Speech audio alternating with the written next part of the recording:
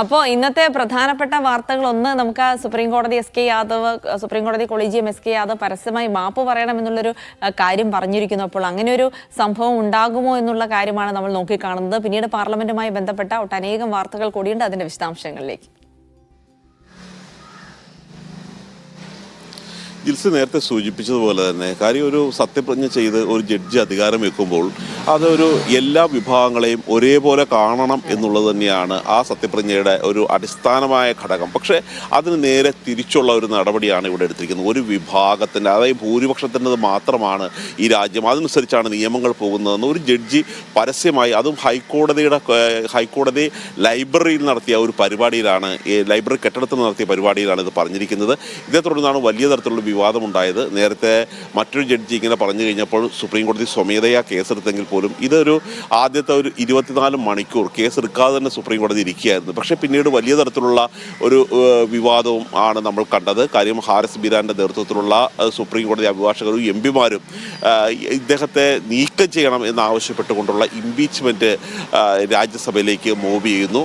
അതോടൊപ്പം തന്നെ സുപ്രീം കോടതി ചീഫ് ജസ്റ്റിസിനും ഒരു പരാതി കൊടുത്തുന്നു. ഇതിൻ്റെ കൂടി അടിസ്ഥാനത്തിലാണ് കൊളീജിയം വിളിച്ചു ചേർക്കുകയും കൊളീജിയത്തിൽ ഈ ജസ്റ്റിസ് എസ് കെ യാദവ് പറഞ്ഞത് താൻ തൻ്റെ അഭിപ്രായ പ്രകടനം മാത്രമാണ് നടത്തിയത്, വളച്ചൊടിച്ചതാണ് ആ മാധ്യമങ്ങൾ എന്നൊക്കെ പറഞ്ഞെങ്കിൽ പോലും ഈ ജഡ്ജിമാർക്ക് നൽകിയ പരാതിയിൽ കൃത്യമായി വീഡിയോ ഉണ്ടായിരുന്നു. മാത്രം ഹിന്ദിയിലെ പ്രസംഗത്തിൻ്റെ ഇംഗ്ലീഷ് പരിഭാഷയും കൂടി നൽകിയിട്ടാണ് എംപിമാർ പരാതി നൽകിയിരുന്നത്. അതുകൊണ്ട് തന്നെ അദ്ദേഹത്തിൻ്റെ ഈ ജഡ്ജിമാർ ഫുൾ കോർട്ട് ചേർന്നിട്ടാണ് ഇത് കാണുകയും ഇത് വളരെ ഗുരുതരമായ ഒരു പ്രശ്നമാണ് എസ് കെ യാദവ് നടത്തിയിരിക്കുന്നത്. അതുകൊണ്ട് പരസ്യമായി ഖേദപ്രകടനം നടത്തണം എന്നുള്ളൊരു കാര്യം തന്നെയാണ് ആവശ്യപ്പെട്ടിരിക്കുന്നത്.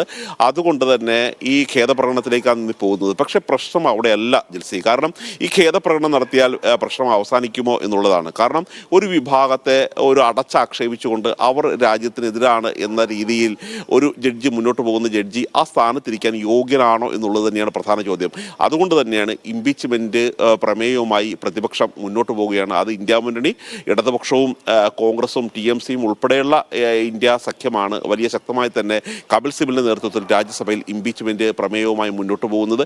അതുകൊണ്ട് എസ് കെ യാദവ് മാപ്പ് പറഞ്ഞാൽ പോലും ഈ വിവാദം ഇവിടെ അടങ്ങുമോ അതോ ഇത് ഈ ജഡ്ജിനെ ഈ സ്ഥാനത്ത് നിന്ന് തെറിപ്പിക്കുന്നതുവരെ പ്രതിപക്ഷം അതിനൊപ്പം നിൽക്കുമോ എന്നുള്ളൊരു കാര്യമാണ് നമുക്ക് കണ്ടറിയേണ്ടത്. അടുത്തത് ഈ അംബേദ്കറെ, ഭരണഘടനാ ശില്പിയായ ഡോക്ടർ അംബേദ്കറെ അപമാനിച്ചു. കാര്യം അംബേദ്കറുടെ പേര് പറയുന്നത് വലിയ തരത്തിലുള്ളൊരു ഫാഷനായി തീർന്നിരിക്കുകയാണെന്നാണ് അമിത്ഷാ കേന്ദ്ര ആഭ്യന്തരമന്ത്രി രാജ്യസഭയിൽ പറഞ്ഞത്. അതുകൊണ്ട് ഇതിനെതിരെ പൊട്ടിത്തെറിച്ചിട്ടാണ് മല്ലികാർജ്ജുന ഖാർഗെയുടെ നേതൃത്വത്തിൽ കോൺഗ്രസ് ഇറങ്ങിത്തിരിച്ചിരിക്കുന്നത്. കോൺഗ്രസ് ഈ അടുത്ത കാലത്ത് നടത്തിയ ഏറ്റവും വലിയൊരു രാഷ്ട്രീയ മൂവ് എന്ന് തന്നെ നമുക്ക് പറയാം. കാര്യം ഈ വിവാദം ഉണ്ടാകുന്നു, രാജിവെക്കണമെന്ന് ഖാർഗെ ആവശ്യപ്പെടുന്നു, രാജ്യസഭയിൽ ആവശ്യപ്പെടുന്നു. ഉടൻ തന്നെ ACC വന്ന് അദ്ദേഹം വാർത്താ സമ്മേളനം നടത്തി രാജിവെച്ചില്ലെങ്കിൽ മോഡി അമിത്ഷായെ പുറത്താക്കണമെന്ന് പറയുന്നു. മോദിയാണെങ്കിൽ അമിത്ഷായെ സംരക്ഷിച്ചുകൊണ്ട് വരുന്നു. പിന്നാലെ BJP ഓഫീസിൽ പ്രത്യേക വാർത്താ സമ്മേളനം വിളിച്ച് അമിത്ഷാ രംഗത്ത് വരുന്നു. കോൺഗ്രസ് അംബേദ്കറെ നേരത്തെ തോൽപ്പിച്ചവരാണെന്ന് പറയുന്നു. കാര്യം കേവലം രാഷ്ട്രീയ പോരാട്ടത്തിൻ്റെ ഭാഗമായി തോൽവിയും വിജയവും ഒക്കെ ഉണ്ടെങ്കിൽ പോലും ഇതുപോലെ ഒരു ഭരണഘടനാ ശില്പിയെ, രാഷ്ട്ര നിർമ്മാതാവിനെ തന്നെ ഈ തരത്തിലുള്ളൊരു അപമാനിക്കുന്നത് ആദ്യമാണ് എന്നുള്ളൊരു കാര്യമാണ് ഇപ്പോൾ കോൺഗ്രസ് ചൂണ്ടിക്കാട്ടുന്നത്. അതുകൊണ്ട് കോൺഗ്രസ് വളരെ ശക്തമായ സമരവുമായി തന്നെ മുന്നോട്ട് പോവുകയാണ്. ഇത് തന്നെയായിരിക്കും ഇന്നുണ്ടാകുന്നത്.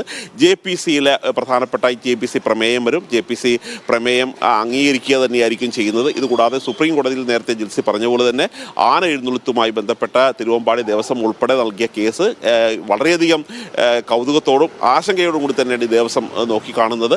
ഹൈക്കോടതി വിധിക്കെതിരെയുള്ള അപ്പീലാണ് വരുന്നത്. ഇത് സുപ്രീം കോടതി ഇന്ന് പരിഗണിക്കും.